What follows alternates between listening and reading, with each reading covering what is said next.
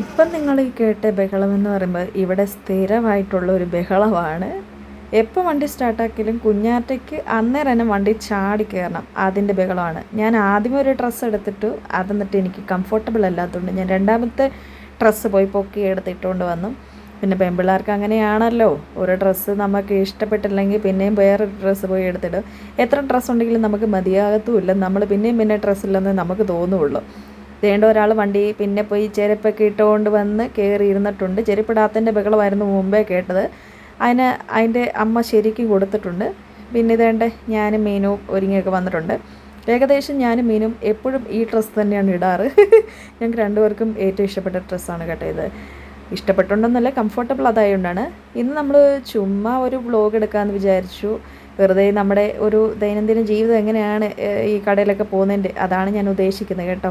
അപ്പോൾ ഞങ്ങൾ ആദ്യമേ തന്നെ പലചരക്കടയിൽ വന്നിട്ടുണ്ട്. പലചരക്കടയിൽ വന്നിട്ട് വിവിധതരം പപ്പടങ്ങളും കാര്യങ്ങളൊക്കെ ഇവിടെ ഇങ്ങനെ വെച്ചിട്ടുണ്ട്. അമ്മ ഓരോ സാധനങ്ങൾ മേടിക്കുന്നുണ്ട്. അതിൻ്റെ ഇടയിൽ ഞങ്ങൾക്ക് നന്നായിട്ട് വിശന്നുകൊണ്ട്, കൊച്ചിന് നന്നായിട്ട് വിശക്കുന്നുണ്ടായിരുന്നു. അപ്പോൾ ഞാൻ അവിടെ ഇരുന്ന് പപ്പടമൊക്കെ ഇങ്ങനെ എടുത്ത് കുഞ്ഞാറ്റയ്ക്ക് കൊടുക്കുമായിരുന്നു. ഇത് കണ്ടിട്ട് ആരും അനുകരിക്കാൻ പാടില്ല. കാരണം എന്താണെന്ന് വെച്ചാൽ പിള്ളേർക്ക് ഇങ്ങനെ കൊടുക്കുന്നത് ഒരു ആരോഗ്യത്തിന് ഹാനികരമാണ്. കാരണം അതൊക്കെ പൊടിയടിച്ചൊക്കെ ഇരിക്കുന്ന സാധനമാണല്ലോ. പിന്നെ ഞങ്ങൾ അവിടെ നിന്ന് നേരെ വിട്ടത് ഒരു മെഡിക്കൽ സ്റ്റോറിലേക്കാണ്. എനിക്ക് നല്ല പല്ലുവേന ഉണ്ടായിരുന്നത്. പുതിയതായിട്ട് പല്ല് മുളയ്ക്കുന്നതിൻ്റെ പേരാണ്. പല്ലുവേന എന്ന് പറയുമ്പോൾ നിങ്ങൾ പല്ല് കേടായതിൻ്റെ ആണെന്ന് വിചാരിക്കരുത്, പല്ല് മുളയ്ക്കുന്നതിൻ്റെയാണ്. പിന്നെ ഞങ്ങൾ അവിടെ അവിടെ നിന്ന് ഒരു ഡ്രസ്സ് എടുക്കാനൊക്കെ ആയിട്ട് പോയിട്ടുണ്ടായിരുന്നു. അവിടെ വെച്ചിട്ടാണ് എൻ്റെ സുഹൃത്തിനെ കണ്ടത്. ഇവിടെ നിങ്ങൾ കണ്ടിട്ടുണ്ടായിരിക്കും നേരത്തെ വ്ളോഗിലൊക്കെ, രേണുക. അവളെ കണ്ട് അവൾ എനിക്ക് ടാറ്റയൊക്കെ പറഞ്ഞു. പിന്നെ അവിടെ നിന്ന് കുറച്ചൊക്കെ ഡ്രസ്സൊക്കെ ഞങ്ങൾ മേടിച്ചുകൊണ്ട് നേരെ പച്ചക്കറി കടയിലേക്കാണ് ഞങ്ങൾ വിട്ടത്. അപ്പം നമ്മൾ കുമ്പളി വന്നു കഴിഞ്ഞാൽ പിന്നെ ഒരു വലിയൊരു പർച്ചേസിങ് തന്നെയാണ്. നമ്മളിപ്പം എറണാകുളത്തും അങ്ങനെയൊക്കെയുള്ള ആൾക്കാരൊക്കെ പർച്ചേസിങ് എന്നൊക്കെ പറയുമ്പം ഓരോ വലിയ വലിയ കടയിലേക്ക്, ഇപ്പം നമ്മുടെ ഇവിടെയൊക്കെ ചെറിയ ചെറിയ കടയിലൊക്കെ കയറി ഞങ്ങൾ അതും ഇതൊക്കെ മേടിച്ച് പച്ചക്കറി, പലചരക്ക്, അതുപോലെ തന്നെ എന്തെങ്കിലും തിന്നാനുള്ള സാധനം, എന്തെങ്കിലും കുഞ്ഞു ഡ്രസ്സ് അങ്ങനെയൊക്കെ മേടിച്ചിരിക്കുകയുള്ളൂ. അപ്പം ഞങ്ങൾ ഇന്ന് വന്നിരിക്കുന്നത് ഏറ്റവും അവസാനമായിട്ട് വന്നത് ബെറ്റർ ബേക്കറിലാണ്. ബെറ്റർ ബേക്കറി കയറിയിട്ട് അവിടെ നിന്ന് ഒരു സോസും അതൊക്കെ എടുത്ത് കുഞ്ഞാറ്റം നക്കിക്കൊണ്ടിരിക്കുകയാണ്. കാരണം അവൾക്ക് ഇങ്ങനെ വിശപ്പെടുക്കാൻ പറ്റുന്ന ഒരു സംഭവം അവളുടെ വയറ്റിലില്ല. അതുകൊണ്ട് തന്നെ ഞങ്ങൾ ഇന്ന് ബർഗറും അതുപോലെ തന്നെ അമ്മ ഒരു ഉഴുന്നുവട, എനിക്കൊരു പരിപ്പുവട എൻ്റെ ഫേവറേറ്റ് സാധനമാണ്. അമ്മയാണെങ്കിൽ ഉഴുന്നുവടയൊക്കെ മുക്കി കഴിക്കുന്ന സോസിലാണ്. സോസ് എന്ന് പറഞ്ഞാൽ എല്ലാവർക്കും ഭയങ്കരമായിട്ട് ഇഷ്ടപ്പെട്ട സാധനമാണല്ലോ. പിന്നെ മീനു ഇവിടെ നാട്ടിൽ വന്നു കഴിഞ്ഞാൽ പിന്നെ ബെറ്റർ ബേക്കറി പോകണം എന്ന് പറഞ്ഞാൽ എപ്പോഴും ഭയങ്കര ബഹളമായിരിക്കും. ബഹളം എന്ന് വെച്ചാൽ അവൾക്ക് ഇഷ്ടമാണ്. നമ്മൾ പിന്നെ വന്നു കഴിഞ്ഞാൽ പിന്നെ അവരെ കൊണ്ടുപോകും, അത് വേറെ കാര്യം. എൻ്റെ വകയിൽ നിന്ന് എല്ലാവരുടെയും ചിലവ് എൻ്റെ വകയുള്ള ചിലവായിരുന്നു എല്ലാവർക്കും. അപ്പോൾ ഇന്നത്തെ ബർഗർ തീറ്റയാണ് ഈ കാണുന്നത്. കാരണം മീറ്റ് ബർഗറേ ഉണ്ടായിരുന്നുള്ളൂ. എനിക്കത് പൊതുവേ ഇഷ്ടമില്ല. മീറ്റ് മാത്രം ഞാൻ കഴിക്കില്ല.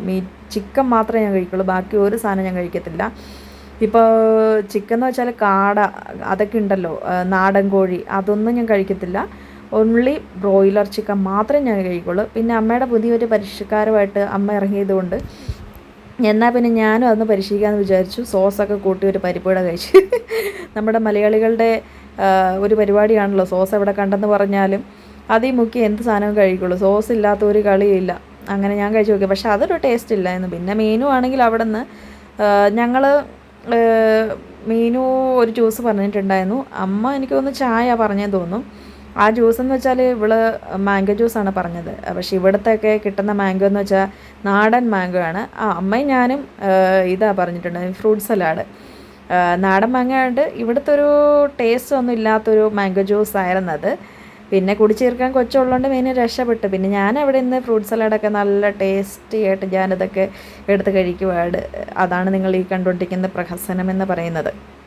അപ്പം ഞങ്ങളതെല്ലാം കഴിഞ്ഞ് ഞങ്ങളിന്ന് ഇറങ്ങുവാണ്. ഇനിയിപ്പം ഏകദേശം സമയം 8 മണിയൊക്കെ കഴിഞ്ഞിട്ടുണ്ട്. പിന്നെ നമ്മൾ നേരെ പോകുന്നത് ചിക്കൻ മേടിക്കാൻ വേണ്ടിയാണ്. ഞങ്ങൾക്ക് ഓരോന്നിനും ഓരോ പ്രത്യേകത ആയിട്ടുള്ളൊരു കടകളുണ്ട്, അവിടെ പോയേ മേടിക്കുള്ളൂ. ചിക്കൻ മേടിക്കാൻ പോകണം. അവിടെ ഭയങ്കര സ്മെല്ലായതുകൊണ്ട് ഞാൻ മൂക്കൊക്കെ പൊത്തിയാണ് നിൽക്കുന്നത്.